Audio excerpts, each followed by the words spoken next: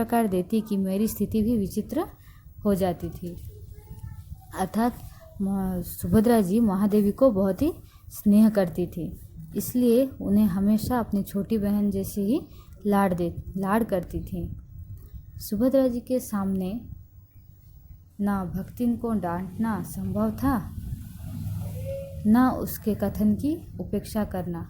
अमिट का अर्थ होता है कभी ना मिटने वाला, और सख्य का अर्थ होता है मित्रता। सुभद्रा जी और महादेवी जी दोनों अच्छे दोस्त होने के साथ ही अच्छे बहन जैसा ही बर्ताव करते थे। दोनों में बहुत ही मित्रता थी। इस पैराग्राफ को फिर से समझते हैं।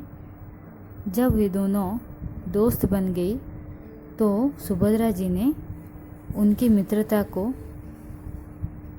कभी ना मिटने वाली लक्ष्मण रेखा का ऐसा घेरा बनाया कि समय के साथ भी वही दोस्ती चलती रही। हॉस्टल से निकलकर वही दोस्ती चलती रही जीवन भर, अंतिम तक।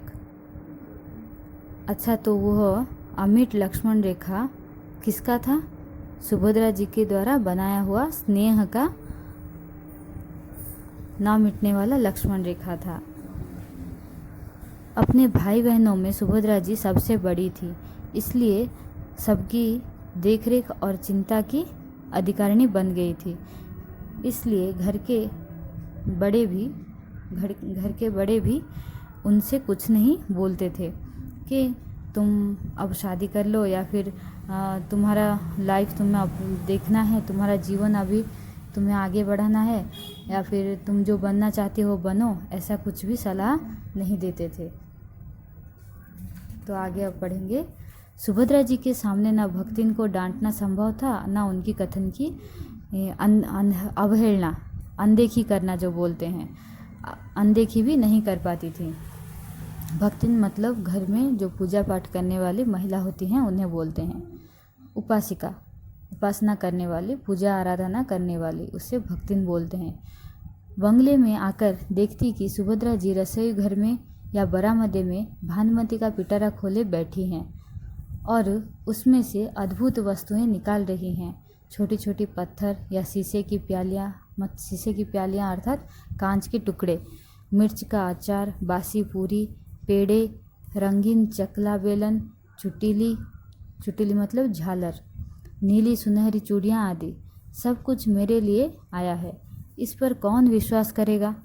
पर वह अपनापन से भरा हुआ उपहार मेरे लिए ही आता था, मेरे निमित्त ही आता था, मेरे लिए ही आता था। ऐसे ही अवसर आ जाते थे जब वे किसी कवि सम्मेलन में आते आते प्रयाग स्टेशन पर उतर नहीं पाती थी और मुझे स्टेशन जाकर ही उनसे मिलना पड़ता था। ऐसी कुछ क्षणों की भेंट में भी एक दृश्य की अनेक आवृत्तियाँ होती रहती थीं। आवृत्तियों का अर्थ होता है दोहराना। एक ही दृश्य को बार बार दोहराकर वे मज़े लेते थे। वे अपनी थैली से 2 चमकीली चूड़ियाँ निकालकर हंसती हुई पूछती, पसंद है? मैंने 2 तुम्हारे लिए और 2 मेरे लिए खरीदी थी। तुम पहनने में तोड़ डालोगी। लाओ अपना हाथ दो, मैं पहना देती हूँ। पहन लेने पर वह बच्चों के समान प्रसन्न हो उठती। हम तो जीवन भर में बहुत सारे लोगों से मिलते हैं, लेकिन किसी से ऐसा रिश्ता कायम कर रखना बहुत ही मुश्किल है। उसके लिए त्याग और स्नेह की आवश्यकता होती है। वही दोस्ती ज़्यादा देर तक, ज़्यादा समय तक चलती है जिसमें कोई स्वार्थ ना हो। हम दोनों जब एक साथ रहती थी तब बात 1 मिनट और हंसी 5 मिनट का अनुपात रहता था, मतलब 1:5। इसी से प्रायः किसी सभा समिति में जाने से पहले ना हंसने का निश्चय करना पड़ता था। एक दूसरे की ओर बिना देखे गंभीर भाव से बैठे रहने की प्रतिज्ञा करके भी वहां पहुंचते ही एक ना एक वस्तु या दृश्य सुभद्रा के कौतूहली मन को आकर्षित कर लेता और मुझे दिखाने के लिए वे चिकोटी तक काटती थी। चिकोटी काटना मतलब ऐसे चिमूट कर बुलाना। तब हमारी गौरव और गारिमा की जो स्थिति हो जाती थी उसका अनुमान आसानी से ही लगाया जा सकता है। अनेक कवि सम्मेलनों में हमने साथ भाग लिया था। उन दोनों ने बहुत से कवि सम्मेलनों में भाग लिया था। पर जिस दिन मैंने अपने ना जाने का निश्चय और उसका औचित्य उन्हें बता दिया, उस दिन से अंत तक कभी उन्होंने मेरे निश्चय के विरुद्ध कोई आग्रह नहीं किया। आर्थिक स्थितियां उन्हें ऐसे निमंत्रण स्वीकार करने के लिए विवश कर देती थी, परंतु मेरा प्रश्न उठते ही मैं कह देती थी, मैं तो अब व्यवस्था से जाती हूँ, पर महादेवी नहीं जाएंगी।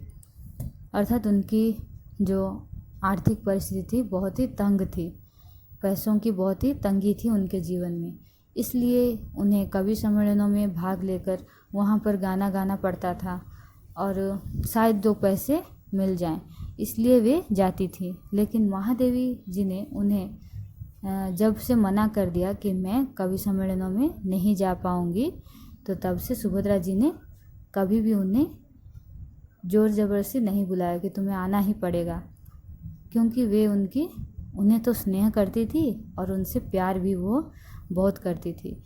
इसलिए उन्होंने कह दिया कि मैं आती हूँ, विवशता मतलब बाध्य होकर मैं आती हूँ, मुझे आना चाहिए, लेकिन महादेवी नहीं जाएगी। वसंत पंचमी को पुष्पावरण धरती की छवि अपनी आँखों में भरकर सुभद्रा ने विदा ली। महादेवी वर्मा जी ने अपने लेखन चातुर्य से सुभद्रा जी की मृत्यु की वर्णना की है कि सुभद्रा जी की मृत्यु वसंत पंचमी को हो गई थी। वसंत पंचमी का अर्थ होता है उस महीने में, सरस्वती पूजा का समय, उस महीने में वसंत ऋतु का आगमन हो चुका होता है। वसंत ऋतु में रंग बिरंगे सारे प्रकार के फूल खिलते हैं, तो धरती बड़ी ही सुंदर दिखती है। उस समय की फूलों से सजी हुई धरती की छवि, मतलब फूलों से सजी हुई धरती की शोभा को अपने आँखों में भरकर सुभद्रा जी ने इस पृथ्वी लोक से विदा ली, अर्थात अपना भौतिक शरीर त्याग दिया।